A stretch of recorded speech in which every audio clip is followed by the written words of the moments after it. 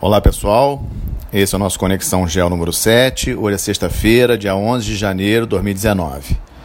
Na semana passada eu trouxe para vocês 4 tópicos. Desses 4 tópicos eu só gostaria de chamar a atenção para o tópico relativo à saída das tropas americanas da Síria, que essa semana ocorreram as visitas do secretário de Estado norte-americano à região e também do assessor de segurança nacional, e a situação está claramente ainda bem definida com relação ao prazo de que as tropas americanas vão deixar o país. Então isso serve apenas para mostrar como que a diplomacia e o setor de defesa dos Estados Unidos, do governo americano, não estão totalmente coordenados com o presidente Trump, o que é bem ruim para ele, ainda mais nesse ano que eu acredito que o Congresso, especialmente os democratas na parte da Câmara dos Deputados lá nos Estados Unidos, vão pressionar bastante com relação às questões internas, em relação até ao pedido de impeachment dele. Mas hoje eu trouxe 4 tópicos para vocês. O primeiro deles, para mim o mais importante da semana, é a questão da posse do presidente Maduro na Venezuela, do seu segundo mandato, vai até 2025, ele tomou posse na quinta-feira. Lembramos que na semana passada comentamos também no nosso podcast 6 a questão da reunião do Grupo de Lima, que se reuniu na sexta-feira, dia 4. Como resultado daquela reunião, o Grupo de Lima resolveu não aceitar esse novo mandato, não reconhecer esse novo mandato do presidente Maduro, e foi mantido dessa forma. Apenas o México, que faz parte do Grupo de Lima, mudou o seu posicionamento em relação às reuniões anteriores, antes da posse do novo presidente, do López Obrador, que assumiu o governo do México no dia 1º de dezembro. O México se absteve de posicionamento no Grupo de Lima, na reunião da sexta-feira, dia 4, mostrando um posicionamento um pouco mais à esquerda do governo atual do México.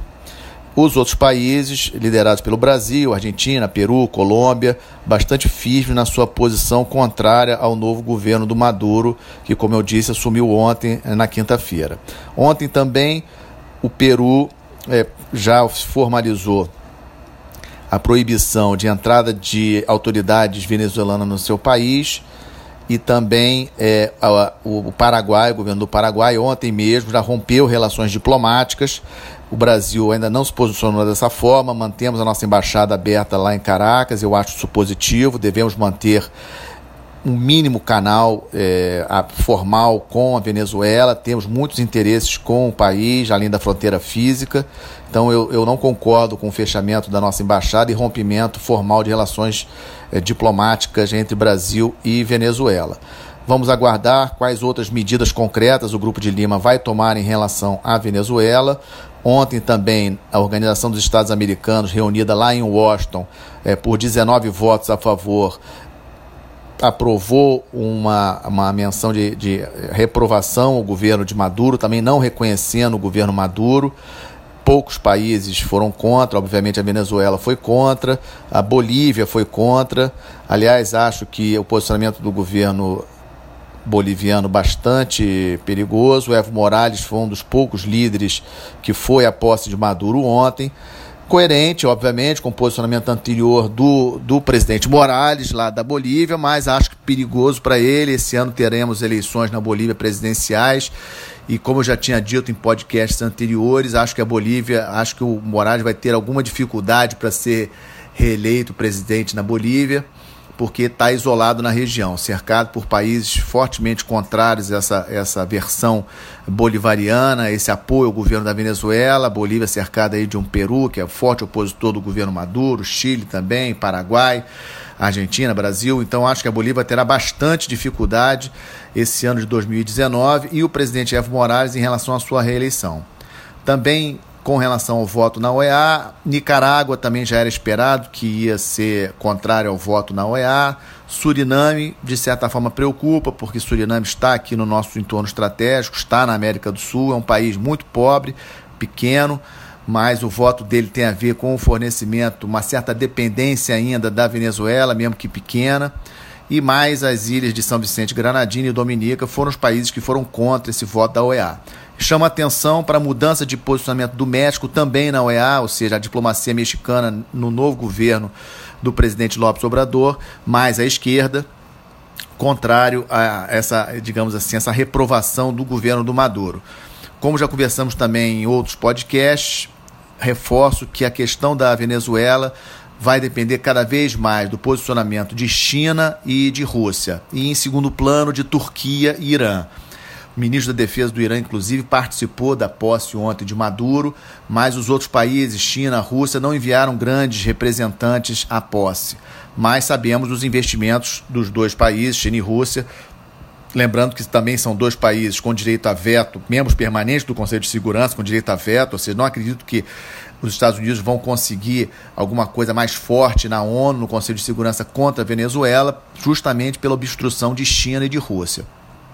Na minha opinião, me preocupa muito a questão da Guiana, lembrando aquele caso que aconteceu recentemente, o navio de pesquisa a serviço da empresa americana Exxon, nas águas da Guiana, foi interceptado por navios de guerra da Venezuela e foi determinado a ele sair daquela posição. Esse navio de pesquisa estava pesquisando em proveito da empresa americana, uma empresa de petróleo, que a Guiana recentemente teve descobertas muito grandes na sua plataforma, na sua zona econômica exclusiva, no seu mar, só que é uma área marítima que a Venezuela não reconhece como sendo da Guiana. Então essa região, essa questão Venezuela-Guiana é uma questão que me preocupa bastante. A Guiana votou na OEA contra a Venezuela, e vamos ver o posicionamento dos países aqui do entorno, do Grupo de Lima, dos Estados Unidos, como proteger, digamos assim, a Guiana de uma possível retaliação da Venezuela.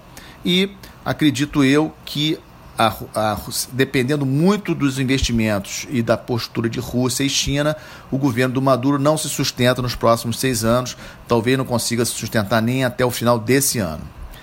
Uma segunda questão que tem ligação direta com a primeira é a questão da polêmica que surgiu principalmente no final de semana passado, da tal base americana no Brasil. Postei no Facebook do Conexão Gel no domingo uma análise minha, dizendo que seria, na minha opinião, uma atitude errada do Brasil. Não acreditava que isso ia acontecer pelos dois lados. Primeiro, pelo lado dos Estados Unidos. A estratégia de defesa dos Estados Unidos, lançada em dezembro de 2017, nada fala de grande ameaça, percepção de grande ameaça em relação à América do Sul, fala um pouco em relação à Venezuela, mas muito pouco. Não vejo justificativa para os Estados Unidos abrir uma base aqui no Brasil. Vamos lembrar que base, ela pode ser uma base do Exército, uma base da Marinha ou uma base da Força Aérea dos Estados Unidos.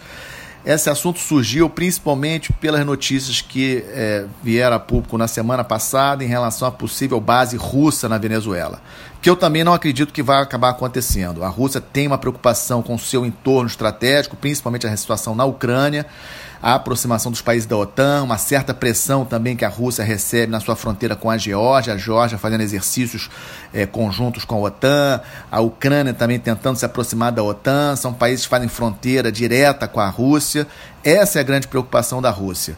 Não vejo muito sentido a Rússia gastar dinheiro com uma base na Venezuela, a não ser que realmente o país decida investir pesadamente no país, as empresas de petróleo da Rússia, Rosneft, Gazprom, decidam colocar dinheiro mais volumoso aqui na Venezuela, inclusive até a questão do sucateamento da indústria de petróleo venezuelana, se a Rússia resolver, se as empresas russas resolverem assumir um pouco dessa questão da indústria de petróleo venezuelana, que está bastante sucateada e é o principal produto venezuelano, aí talvez faça algum sentido a Rússia posicionar essa tal base aérea com aviões de bombardeio estratégico no país. Então, não acredito que a Rússia vá efetivamente instalar essa base. E, em segundo, não acredito que os Estados Unidos vá ter realmente interesse de instalar uma base militar, que seja da Marinha Americana, ou do Exército, ou da Força Aérea Americana, aqui no Brasil. E, por parte do Brasil, vamos lembrar que a última base americana no Brasil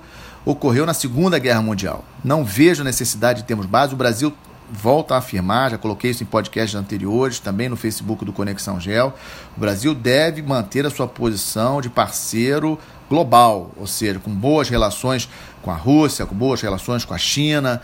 Essa de alinhamento automático com os Estados Unidos do presidente Trump não me parece uma opção adequada para o Brasil. Acho que o Brasil tem uma tradição, sim, um histórico de ótimo relacionamento com os Estados Unidos, com as potências ocidentais, particularmente aqui as da América do Sul, França, Reino Unido. Compramos navios recentemente do Reino Unido, estamos com um programa de submarinos em parceria com a França, mas nós também fazemos parte do BRICS.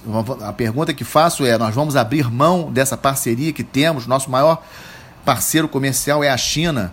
Nós vamos abrir mão dessa parceria tão importante, economicamente falando, com a China, e estrategicamente essa parceria também com Índia, com Rússia? Não vejo sentido nisso. Acho que devemos manter essa parceria tanto com China como com Rússia, também com os Estados Unidos, uma coisa equilibrada. Então, a presença de uma base americana aqui no Brasil, para mim, seria, na minha opinião, seria péssima. E logo em seguida, durante a semana, o próprio presidente Bolsonaro falou ao ministro da Defesa brasileiro de que isso aí está descartado, não há efetivamente nenhum estudo a respeito desse assunto, e eu acredito que isso vá morrer. Apenas uma explicação: os Estados Unidos dividem o mundo em 6 regiões estratégicas, 6 áreas físicas estratégicas. Cada região dessa tem um comandante que é um oficial general de 4 estrelas, que pode ser da Marinha Americana, do Exército Americano, fuzileiros ou da Força Aérea. Aqui para a área da América do Sul é o Comando Sul. O Comando Sul tem sede em Miami. Toda a região da América do Sul e a América Central e Caribe é da responsabilidade desse comando, que fica em Miami. Então, esse comando tem como braço de marinha a 4ª Esquadra. Todas as operações dos Estados Unidos, militares dos Estados Unidos na região aqui, existe por causa desse comando, é coordenada por causa desse comando. E se vocês forem dar uma olhada na página do Comando Sul, na internet, não vão achar nada sobre algum estudo ou alguma ideia dos Estados Unidos de ter uma base aqui no Brasil. Então esse assunto, na minha opinião, está descartado. Terceiro ponto que trago rapidamente para vocês é a questão da segunda reunião entre o presidente Trump e o Kim Jong-un da Coreia do Norte. Essa semana o Kim Jong-un fez mais uma visita ao seu padrinho, o presidente da China, o Xi Jinping. Foi com uma grande comitiva à China, passou lá 3 dias, o que demonstra claramente essa relação importantíssima entre Coreia do Norte e China. A China atuando realmente como um padrinho, ou seja, aconselhando o presidente da Coreia do Norte, porque, como já tínhamos falado anteriormente, em outros podcasts, a situação da Coreia do Norte é uma situação também difícil. Qual o próximo passo? Tivemos aquela reunião entre o presidente Kim Jong-un, aquela reunião histórica entre o presidente Trump dos Estados Unidos e o presidente da Coreia do Norte em Singapura, em junho do ano passado, e essa segunda reunião tem que ter algum passo adiante. O único passo concreto que tivemos naquela primeira reunião foi a interrupção dos exercícios militares conjuntos entre Estados Unidos e Coreia do Sul. Qual o segundo passo? Essa que é a grande questão. Então, será que a Coreia do Norte vai realmente abrir mão do poderio nuclear que assumiu? O que ela vai pedir em contrapartida para os Estados Unidos? Então, é importante da gente acompanhar. Essa segunda reunião ainda não está marcada, mas deve ser marcada ainda essa semana, pelo todos os indícios que nós estamos tendo dos dois lados, tanto da Coreia do Norte como dos próprios Estados Unidos. O quarto e último assunto que trago para hoje foi as eleições na República Democrática do Congo. A República Democrática do Congo não é um país importante na África, um país de 80 milhões de habitantes, muitas riquezas minerais. Tem uma das missões de paz da ONU mais importantes, que é a MONUSCO. A MONUSCO, a missão de paz da ONU, já foi comandada pelo general Santos Cruz, que hoje está no governo do presidente Bolsonaro, e atualmente é comandada pelo general Elias. Chama a atenção de que há uma possibilidade muito forte do Brasil mandar tropas para a República Democrática do Congo. A ONU já sinalizou nesse sentido em 2018, nós não mandamos em função da atuação principalmente do Exército Brasileiro e da Marinha no combate à violência no Rio de Janeiro, mas há uma possibilidade forte de, em 2019, nós enviarmos um contingente militar para a República Democrática do Congo. Finalmente ocorreram as eleições presidenciais, o resultado saiu essa semana, foi vitorioso um dos opositores, mas também já escutamos indícios que esse opositor se tem algum tipo de acordo com o ex-presidente do Congo. Ou seja, o Congo é um país muito complexo, muito violento, vários conflitos internos, problemas de saúde, como o caso de ebola, mas um país riquíssimo em recursos minerais que atrai a atenção de países importantes, como é o caso da China, por exemplo. Então é um país que nós devemos acompanhar por essas questões. Muitos recursos minerais, possibilidade de mandar tropas para lá em missão de paz e a presença do próprio general brasileiro que está lá. Chama atenção, para finalizar, de 2 eventos que vão acontecer agora, nessa próxima semana. Primeiro, a visita do presidente da Argentina ao Brasil, Maurício Macri. Ele não veio à posse do presidente Bolsonaro, vai se encontrar com o presidente Bolsonaro em Brasília. Estava previsto para ocorrer na quarta-feira, dia 16, uma reunião importante. A Argentina é um parceiro importante, teve um 2018 muito difícil. Macri vai ter um ano 2019 crítico para ele, pois tem eleições presidenciais na Argentina em outubro. Então esse encontro bastante esperado, devemos estar bastante atentos a ele. E o outro é uma tentativa de colocar em votação o tal do plano de saída do Reino Unido da União Europeia, o tal do Brexit, na saída do Reino Unido, finalmente a saída do Reino Unido da União Europeia, que está com data marcada para acontecer dia 29 de março, mas tem que ter um plano de saída, e esse plano tem que ser votado no parlamento inglês, está previsto para acontecer essa semana. A Theresa May está bastante enfraquecida, não apenas pela oposição, mas também pelo seu próprio partido. Vamos ver o que vai acontecer. Esse foi o nosso Conexão GEO número 7. Desejo a todos um bom final de semana, uma boa semana. Sugiro a todos, recomendo a todos que continuem acompanhando as nossas reportagens, nossas análises, tanto no Facebook como também no Twitter. Obrigado.